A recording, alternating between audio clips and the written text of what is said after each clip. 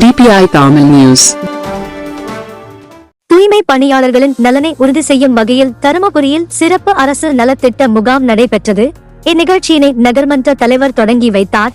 தருமபுரி நகரில் உள்ள தனியார் திருமண மண்டபத்தில் நகராட்சி நிர்வாக இயக்குநரகம் சார்பில் தூய்மை பணியாளர்கள் மேம்பாட்டு திட்டம் கீழ் சிறப்பு முகாம் நடைபெற்றது. இதில் நம்ம ஊரை சுத்தமா வச்சிருக்க தூய்மை பணியாளர்கள் தான் காரணம். அவங்களுக்கும் அவங்க குடும்பத்துக்கும் தேவையான எல்லா அரசு உதவியும் இன்னைக்கு ஒரே இடத்துல கிடைக்க ஏற்பாடு பண்ணிருக்கும். இந்த நிகழ்ச்சியை நகர்மன்ற தலைவர் லட்சுமி நாட்டான் மாது தொடங்கி வைத்தார்.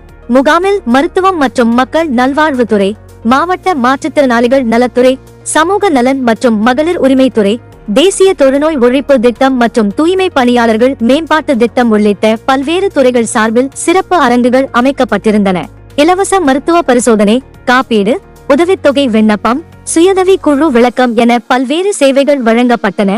தருமபுரி நகராட்சி மற்றும் சுற்றுவட்டார பகுதிகளை சேர்ந்த தூய்மை பணியாளர்கள் தங்கள் குடும்பத்தினருடன் வந்து இந்த முகாமில் பயன்பெற்றனர். பலர் புதிய திட்டங்களுக்கு அங்கேயே விண்ணப்பித்தனர். நகராட்சி ஆணையாளர் மற்றும் அரசு துறை அதிகாரிகளும் தூய்மை பணியாளர்கள் மற்றும் குடும்பத்தினர்கள் கலந்து கொண்டனர்.